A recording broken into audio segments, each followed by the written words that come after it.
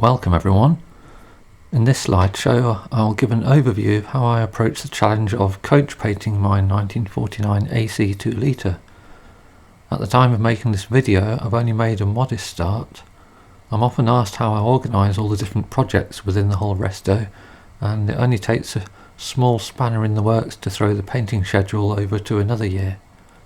Firstly, I'll look at why I chose to coach paint, and we'll also look into colour matching. As an artist, I've always been intrigued by coach painting, which is the old way of painting vehicles, using brushes but leaving no brush marks.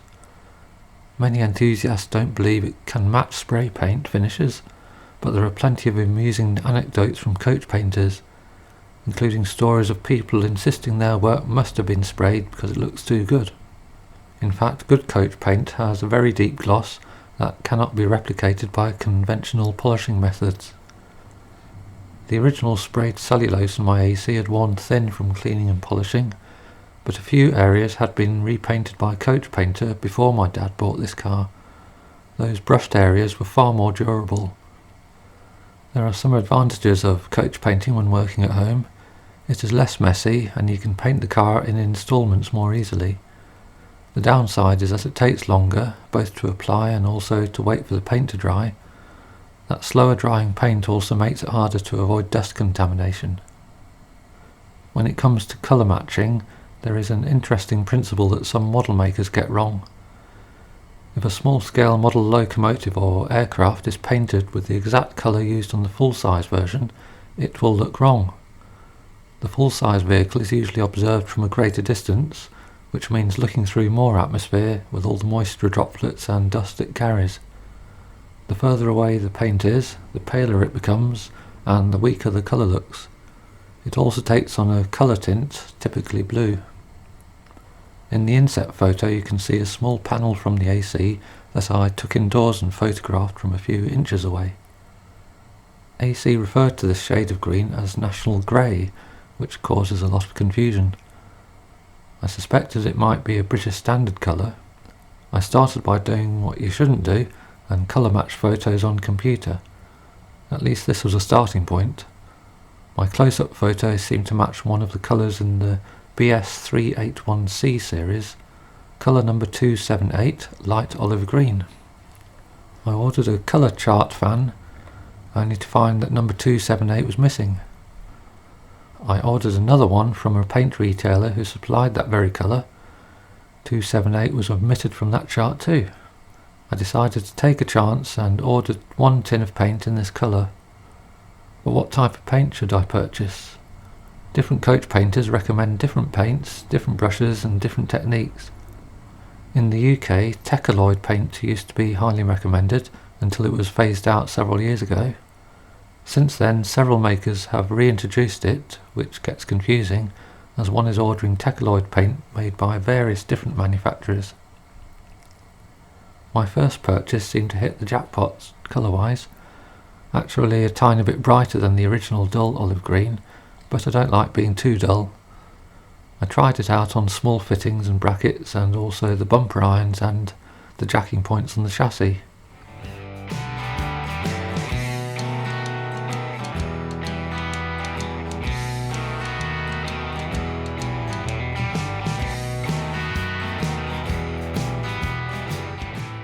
Then I repainted the access cover for the front right wing.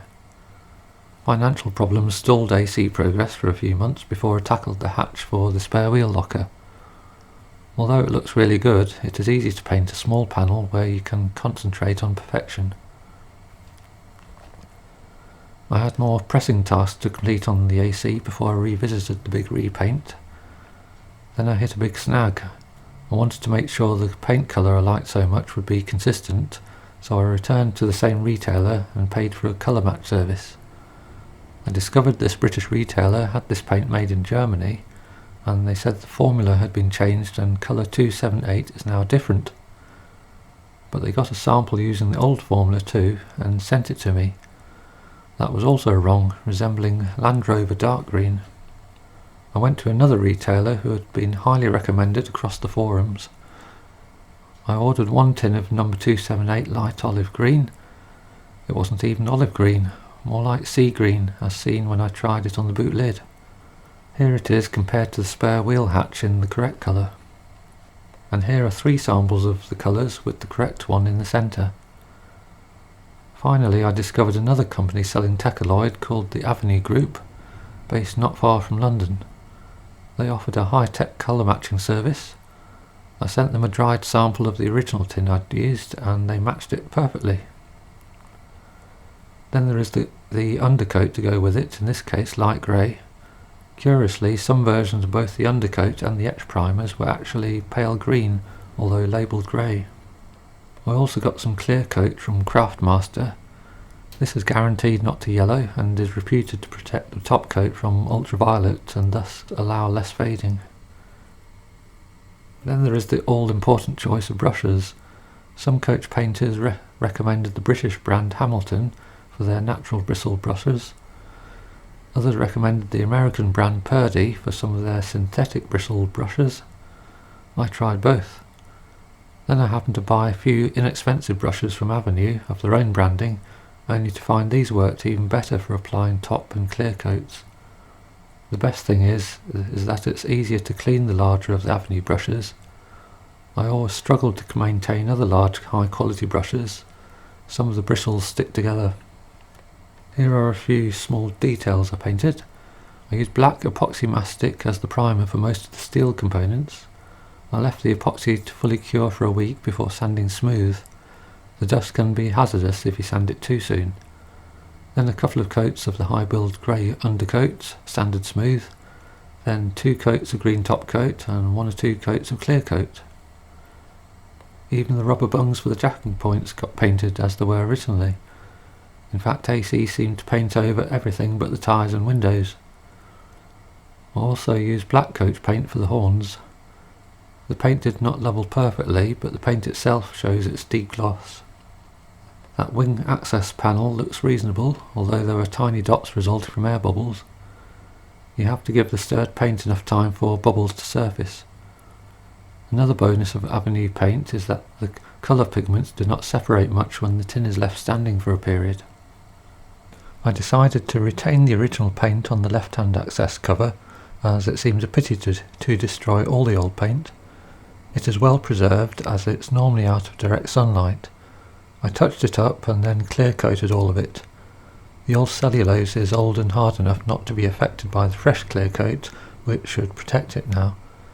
You can see that the new paint is a bit brighter. When doing the bumper irons and boot lid stays, I noticed how soft the paint remains for several days. If you turn the part over to paint the second side, the first side will get spoiled. So for the bumper irons, being quite heavy, I stood them on their bottom edge to paint most sides and touched up the bottom edge later. The clear coat adds a richness to the colour as well as a deeper shine. Good preparation is paramount. For the aluminium alloy panels, I gave them a final mechanical clean using plastic scouring pads to try and remove the transparent oxide layer, although this will grow back quickly. Then I used a pre-paint cleaner before applying an etch primer. This contains some acid to bite into the alloy through that tough oxide layer. Note that these etch primers are cellulose based. That presents a couple of small issues. Firstly, there are strong fumes and you will need a well ventilated place to work with it. Secondly, you need cellulose thinners to clean the brushes easily. Alternatively, you can apply the etch primer from an aerosol can. The next day you can apply the high build undercoat and then further coats, 1 each day. I think 3 coats is usually enough when painting panels. Give it a couple of days to harden and then sand it smooth with wet and dry abrasive. I found that these undercoats went on very thickly with deep brush marks, so relatively coarse abrasives were needed initially, working my way down to 400 grit paper. This is where perfection is needed. You have to be very careful over details where you might sand through to the metal. Then I applied 2 or 3 coats of green top coat, leaving each coat to dry for 2 days before sanding smooth. I usually started with 800 grit wet and dry paper, used wet, and then changed to 1200 grit and then 2000. Finally 2 clear coats, again with very fine sanding of the first coat. The big challenge to get a smooth finish is the brushing technique. The basic technique is well established, but different coach painters have slightly different approaches. The basic technique to apply top coat or clear coat is to apply it to a fairly small area at a time and then use the laying off technique.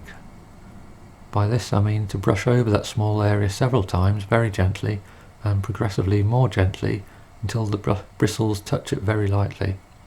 You alternate between vertical and horizontal strokes. If the panel is standing upright, then it's best to finish with vertical strokes so that any slight sagging of the paint won't emphasise the brush strokes. As with so many things, there are variables that make this difficult to get right.